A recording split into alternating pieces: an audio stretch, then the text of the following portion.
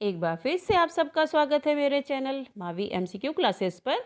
आज मैं 10th board class के सब्जेक्ट एसएस के इकोनॉमिक्स के एमसीक्यू का वीडियो लेकर आई हूँ, जो कि आधारित है भारतीय अर्थव्यवस्था के क्षेत्रक पर, जो कि बुक का सेकंड चैप्टर है। फर्स्ट चैप्टर की वीडियो मैं पहले ही बनाकर डाल चुकी हूँ। आइए शुरू करते हैं।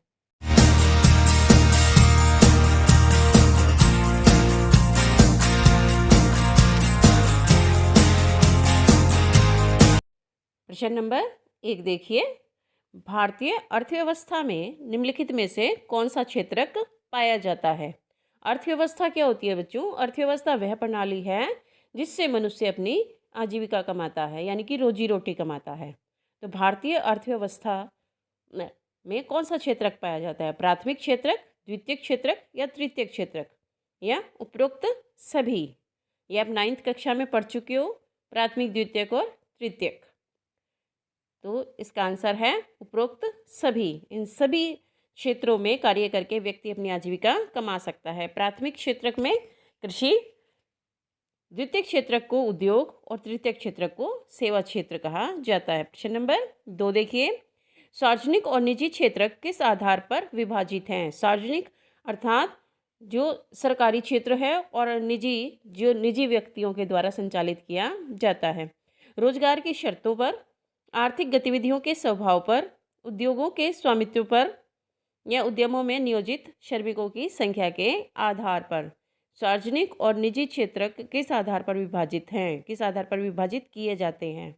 इसका सही आंसर है उद्यमों के स्वामित्व पर। निर्णय कौन लेगा उद्योग से संबंधित? तो सही आंसर है उद्यमों के स्वामित्व पर। किसका, कौन अधिकारी है उसका? प्रश्न नंबर 3, कौन से क्षेत्रक को सेवा क्षेत्रक भी कहा जाता है? प्राथमिक क्षेत्रक, द्वितीय क्षेत्रक या तृतीय क्षेत्रक? उपरोक्त में से कोई नहीं। इसका आसान है बिल्कुल जवाब, और सही है तृतीय क्षेत्रक। प्रश्न नंबर 4 देखिए, प्राथमिक, द्वितीयक और तृतीयक क्षेत्रकों की गतिविधियां एक दूसरे से कैसे संबंधित हैं?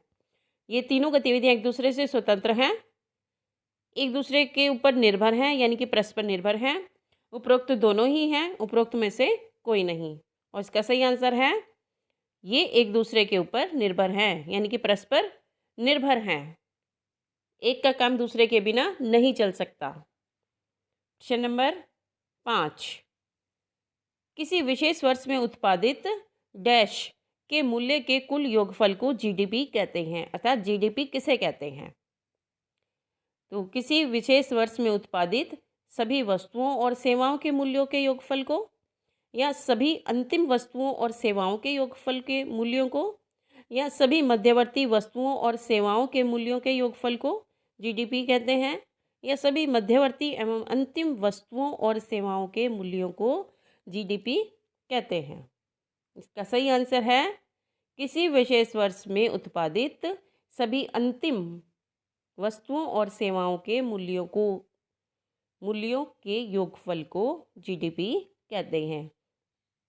प्राथमिक वस्तुएं वो होती हैं जो सीधा डायरेक्ट जो है प्राथमिक क्षेत्र से आती है, जैसे गेहूं है। मध्यवर्ती वस्तु, अगर उसका आटा बना दिया जाए वो मध्यवर्ती वस्तु है, और अगर उसी से बिस्किट इत्यादि बना दिए जाएं तो वो अंतिम वस्तु है। तो जब जीडीपी को निकाला जाता है तो सभी अंतिम वस्तुओं और सेवाओं के योगफल को जोड़ा जाता है। प्रश्न नंबर 6, ग्रामीण रोजगार गारंटी अधिनियम कब पारित किया गया? ये काम के अधिकार की गारंटी है, जिसे अब मनरेगा भी कहा जाता है। ये कब पारित किया गया? ग्रामीण क्षेत्रों में लोगों को रोजगार देने के लिए इस कार्यक्रम को चलाया गया, यह अधिकार प्रदान किया गया। 2005, 2006, 2007 या 2008? और इसका सही उत्तर है 2005, ग्रामीण क्षेत्र में लोगों को रोजगार प्रदान करने के लिए। प्रश्न नंबर 7, अर्थव्यवस्था का कौन सा क्षेत्र सबसे अधिक लोगों को रोजगार प्रदान करता है? अर्थात किस क्षेत्र में लोग सबसे अधिक जो हैं काम पाते हैं, लगे हुए हैं, जहां से अपनी आजीविका जो है वो उपार्जन करते हैं? प्राथमिक क्षेत्र, द्वितीय क्षेत्र, तृतीय क्षेत्र या उपरोक्त में से कोई नहीं? और इसका सही आंसर है प्राथमिक क्षेत्र। अभी भी प्राथमिक क्षेत्र में लोग जो हैं बड़े पैमाने पर सबसे ज़्यादा, मतलब 50% से भी अधिक लोग जो हैं प्राथमिक क्षेत्र के द्वारा अपनी आजीविका कमा रहे हैं। प्रश्न नंबर 8, नियुक्ति पत्र नियमित रोजगार, सवेतन अवकाश कौन से क्षेत्र की विशेषता है? संगठित क्षेत्र, असंगठित क्षेत्र, औद्योगिक क्षेत्र या उपरोक्त में से कोई नहीं। जो व्यक्ति रोजगार में लगे हुए हैं वो अपने काम के आधार पर नियमित रोजगार है नहीं है, वेतन है नहीं है, उसके आधार पर दो क्षेत्रों में बांटा जाता है, संगठित और असंगठित। तो जिन व्यक्तियों को नियुक्ति पत्र प्राप्त होता है उनका रोजगार भी नियमित है, उन्हें वेतन भी अवकाश के साथ दिया जाता है, तो ऐसे कौन सा क्षेत्र है? इसका सही आंसर है संगठित क्षेत्र। असंगठित में कुछ भी निश्चित नहीं होता है। अल्प बेरोजगारी या छिपी बेरोजगारी तब होती है जब लोग, क्या होती है छिपी बेरोजगारी या अल्प बेरोजगारी?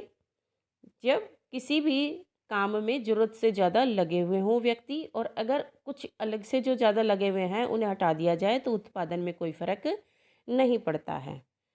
काम करना नहीं चाहते हैं, सुस्त ढंग से काम कर रहे हैं, अपनी क्षमता से कम काम कर रहे हैं या उनके काम के लिए भुगतान नहीं किया जाता है, यह अपनी क्षमता से कम काम कर रहे हैं।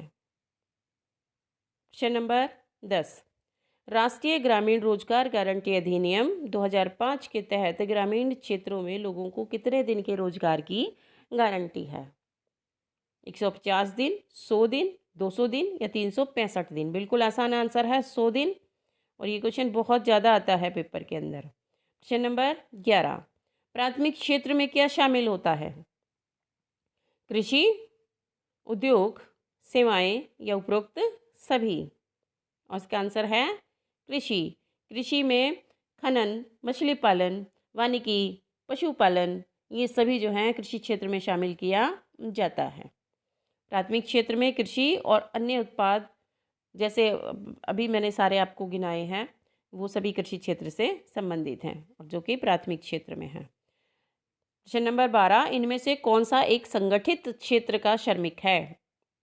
ऊपर आपने अभी संगठित क्षेत्र की कुछ विशेषताएं पढ़ी थी, जैसे कि नियमित रोजगार, रोजगार के सवेतन अवकाश और इसी तरह की दूसरी। तो इनमें से कौन सा संगठित क्षेत्र का श्रमिक है? रिक्शा चालक, पुलिस वाला, वकील या दुकान का मालिक? और इसका सही आंसर है पुलिस वाला।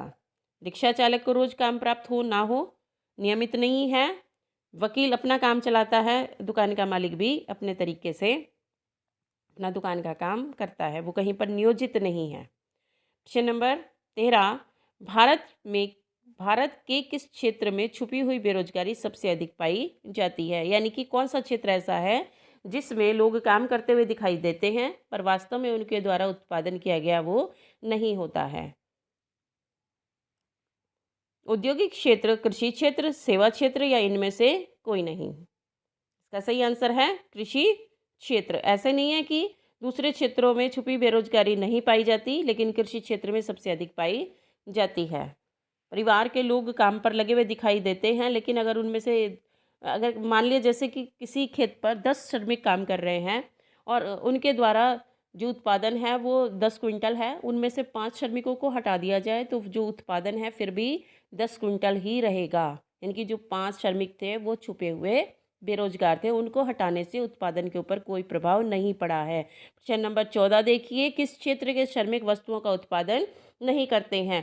प्राथमिक क्षेत्रक, द्वितीयक क्षेत्रक या तृतीयक क्षेत्रक या इनमें से कोई नहीं? तो तृतीयक क्षेत्रक में वस्तुओं का उत्पादन नहीं होता है, तृतीयक क्षेत्र में सेवाओं का उत्पादन होता है। प्रश्न नंबर 15 देखिए, कपड़ा किस प्रकार का उत्पाद है? प्राकृतिक उत्पाद है, विनिर्मित उत्पाद है, उपरोक्त दोनों है या उपरोक्त में से कोई नहीं? इसका सही आंसर है विनिर्मित। प्राकृतिक तो कपास है, कपास से बनता है कपड़ा, तो कपड़ा हुआ विनिर्मित उत्पाद। प्रश्न नंबर 16 देखिए, किस क्षेत्र के अधिकतर श्रमिकों को रोजगार सुरक्षा प्राप्त होती है? संगठित या औपचारिक क्षेत्र? संगठित क्षेत्र का दूसरा नाम औपचारिक क्षेत्र भी है। असंगठित या अनौपचारिक क्षेत्र? उपरोक्त दोनों या उपरोक्त में से कोई नहीं? इसका सही आंसर है, किस क्षेत्र के श्रमिकों को रोजगार सुरक्षा प्राप्त होती है? संगठित क्षेत्र या औपचारिक क्षेत्र, जहाँ पर लोगों को नियमित रोजगार होता है, उन्हें रोज एक नियुक्ति पत्र प्राप्त होता है, इस तरह की चीज़ें। प्रश्न नंबर 17 देखिए, जीडीपी का पूरा नाम लिखिए, फुल फॉर्म क्या है? जीडीपी ग्रॉस जो है ये सकल घरेलू उत्पाद कहा जाता है, जिसमें अंतिम वस्तुओं और सेवाओं को मूल्यों को जोड़ दिया जाता है। तो क्या है इसकी full form? Gross direct profit, gross double profit, gross domestic profit या gross domestic profit, gross domestic product. इसका सही आंसर है ग्रॉस डोमेस्टिक प्रोडक्ट, सकल घरेलू उत्पाद। प्रश्न नंबर 18, निम्नलिखित में से कौन सी तृतीयक क्षेत्रक की गतिविधि नहीं है? तृतीयक क्षेत्रक जिसे सेवा क्षेत्र भी कहा जाता है, इनमें से कौन सा नहीं है? बैंक कर्मी, डॉक्टर, शिक्षक या किसान? आसान सा आंसर है किसान। किसान प्राथमिक क्षेत्र का श्रमिक है। प्रश्न नंबर 19, निजी क्षेत्र की गतिविधियों का मुख्य उद्देश्य क्या होता है? आपने ऊपर पढ़ा था सार्वजनिक क्षेत्र और निजी क्षेत्र। निजी क्षेत्र की गतिविधियों का मुख्य उद्देश्य क्या होता है? लोगों को लाभ पहुंचाना, ज़्यादा से ज़्यादा लाभ कमाना, जन कल्याण के कार्यों को करना या सरकार की सहायता करना। तो निजी क्षेत्र की गतिविधियों का मुख्य कार्य होता है ज़्यादा से ज़्यादा लाभ कमाना। प्रश्न नंबर 20 देखिए, कौन सा क्षेत्र भारत की जीडीपी में सबसे अधिक योगदान प्रदान करता है? कौन सा क्षेत्र? प्राथमिक, द्वितीयक या तृतीयक क्षेत्र या उपरोक्त सभी? इसका सही आंसर है तृतीयक क्षेत्र जीडीपी में सबसे अधिक योगदान प्रदान करता है। पहले प्राथमिक क्षेत्र था, लेकिन धीरे धीरे अब ये तृतीयक क्षेत्र की ओर खिसक गया है। यहाँ पर आपने क्वेश्चन ऊपर ये पढ़ा था कि कौन सा क्षेत्र सबसे अधिक लोगों को रोजगार प्रदान करता है, वो प्राथमिक क्षेत्र है, लेकिन जीडीपी में जो योगदान देता है वो तृतीयक क्षेत्र है। ये थे बच्चों सबसे 20 इम्पोर्टेंट क्वेश्चंस जो इस लेसन से संबंधित थे।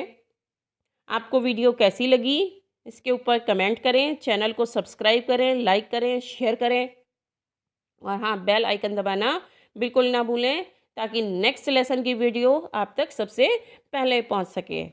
धन्यवाद।